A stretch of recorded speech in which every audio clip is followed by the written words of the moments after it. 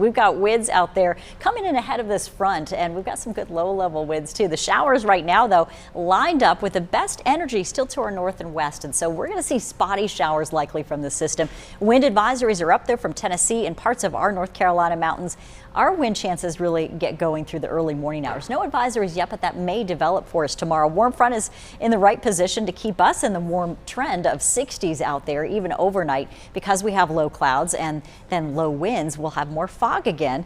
And you'll see those winds starting to come up after we get you through that foggy period. It starts around 9 o'clock tonight. Those foggy conditions set up through overnight and about 0.4 of a mile reduced visibilities. We may even see a few areas to see the dense fog all the way through 7 a.m. for folks in the foothills. But watch what's happening here very quickly. We work out of the fog as the winds come up, and we're talking about breezy weather turning into a gusty afternoon. It's all thanks to this system that's approaching and the pressure gradient differences. We've got 59 degrees in Winston-Salem, just dropping down to 58. You saw it there, 56 in Greensboro. We're at 60 degrees in Burlington and 55 in Mount Airy with 50 in Sparta. So a very pleasant day. Temperatures are above normal, 49 typically this time of the year.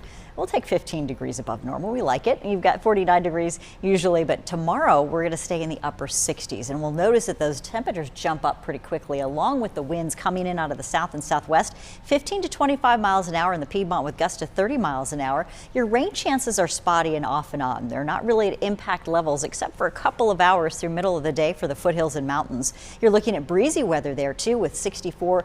Gusts in the foothills could also approach the 20-30 mile an hour range at times late day. And for the mountains along the upper elevations, those winds should be pretty heavy. We're looking at 20 to 40 mile an hour winds, and we could also see the chance to get some sporadic power outages, some tree limbs coming down. Now the rainfall totals are still looking relatively light, 1/10 to 1/4 of an inch, thinking about the other day when we just had those showers, right?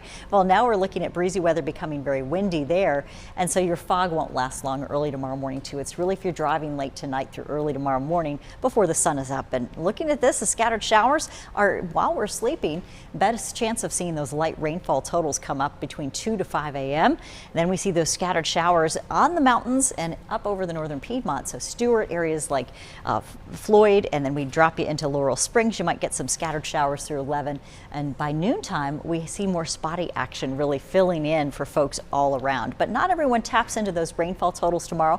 You'll have the clouds, you'll have the 60s, and the winds certainly may even clear us out just as the sun is getting ready to set. So watching for a clearing out by late afternoon, early evening, even in the mountains and western foothills. The winds are going to take a little while to drop back, so it'll be a brisk Friday. Saturday is much colder, and that's really where we tap into that cool air behind the front. So Thursday, widely scattered spotty rain, possibly some thunder. I think our risk of thunderstorms is pretty low, and those rainfall totals also low along with the system. But the winds, those will be pretty strong as we see those low-level winds stay with us all the way through your early Friday. Gusts, as we mentioned, pretty high. Here's the 7-day forecast. We've got sunshine on the way. Friday, 57 degrees. Your 51 on Saturday, much cooler, and 46. That's the chilliest day of the next several days.